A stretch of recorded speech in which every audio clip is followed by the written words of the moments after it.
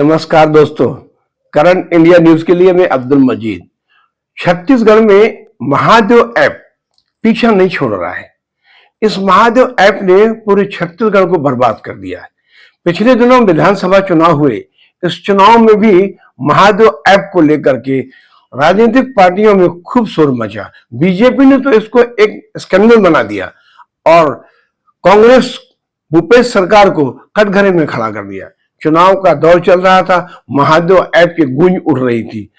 सौरभ चंद्राकर और उपल जैसे भिलाई के नौजवानों ने जिस तरीके से दुबई में बैठकर महादेव ऐप का खेल खेला, उससे लोग तो बर्बाद हुए ही, लेकिन सरकारें भी कटघरे में खड़ी हो गई। राजनेता भी इसमें फंसते नजर आ रहे हैं। पिछले दिनों सौरभ चंद्राकर के पार्टनर ने एक घोषणा कर दी कि हमने मुख्यमंत्री को करोड़ों रुपए दिए हैं। वो करोड़ों रुपए सट्टा किंग के माध्यम से दिए गए हैं। इस आरोप पर भूपेश बघेल को सफाई देनी पड़ी और कांग्रेस पार्टी कटघरे पे आ गई। हालांकि चुनाव हो गए, बीजेपी सत्ता में आ गई, कांग्रेस सत्ता से बाहर हो गई। अब वो महादेव ऐप के कारण हारी या अपने कर्मों का वजह से हारी या किस वजह से भी हारी, चुनाव का परिणाम सामने आ गया। बीजेपी सत्ता में आ गई है। अब बीजेपी के बाद कांग्रेस के पीछे फिर एक बार महादेव का भूत पीछे लग गया है। ऐसा माना जा रहा है भूपेश बघेल को अब ईडी द्वारा दिए गए करोड़ों रुपए के महादेव ऐप के बारे में पूछताछ के लिए बुलाया जा सकता है। अभी ऐसा कोई सूचना नहीं आई है, ऐसा कोई सम्मत नहीं आए हैं, लेकिन ये मीडिया में चल रहा है कि भूपेश को बुलाया जा सकता है। मतलब राजनीति में इस ऐप ने किस तरीके से जहर घोला है। महादेव ऐप सट्टा एक ऐप है जिसमें लोग सट्टे के खेल करके बर्बाद हो गए हैं। करोड़ों रुपया आज इसमें आना जाना हुआ है। मजेदार बात यह है कि पिछले 2-3 सालों से इन सट्टे के खिलाड़ियों ने अपना जो पैसा मंगवाया वो बैंकों के थ्रू मंगवाया और उन्होंने निजी बैंकों में, जो प्राइवेट बैंक चालू हुए हैं, उनमें उन्होंने अकाउंट खोले और उनमें उन्होंने पैसा मंगाना शुरू किया। आज भी कहा जाता है कि 25 से 30 करोड़ रुपया उन बैंकों में पड़ा हुआ है जो अवैध रूप से इनके खाते पे आया है।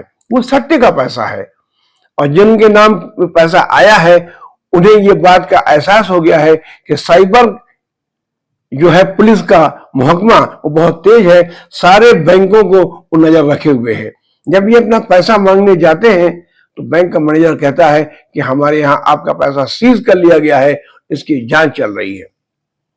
इसके डर से लोग पैसा मांगने नहीं जा पा रहे हैं। करोड़ों रुपया आज भी बैंकों में पड़ा हुआ है। लोगों का ऐसा भी कहना है कि बैंक मैनेजर इस सट्टे वाले ऐप के पैसे में खूब हेराफेरी कर रहे हैं। कुछ कमीशन लेकर उनका भुगतान कर रहे हैं तो कुछ ऐसे हैं जो पैसा रोक कर रखे हैं।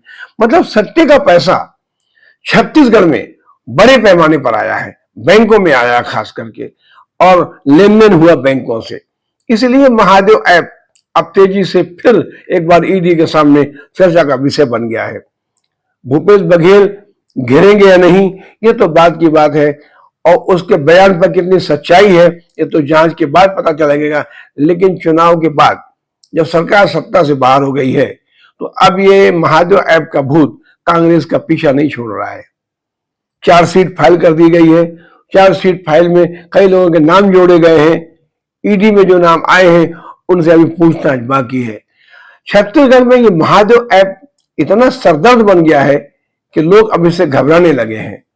यकीन मानिए कि 4-5 साल के अंदर इस महादेव ऐप ने लोगों को अरबपति बना दिया, लोगों को कंगाल भी कर दिया और सरकारें सत्ता से बाहर भी हो गई।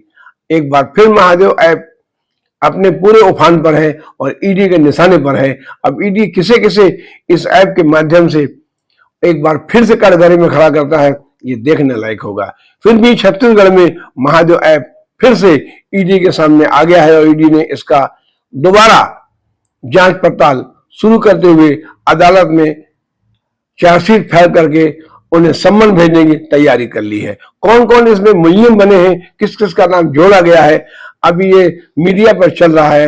लेकिन जब तक ईडी सम्मन नहीं भेजती, पूछताछ नहीं करती, तब तक इसका सच्चाई नहीं मानी जाती। आज के वीडियो में बस इतना ही। अगर वीडियो हमारा अच्छा लगा हो तो इसे लाइक कीजिए, सब्सक्राइब कीजिए और शेयर कीजिए। धन्यवाद।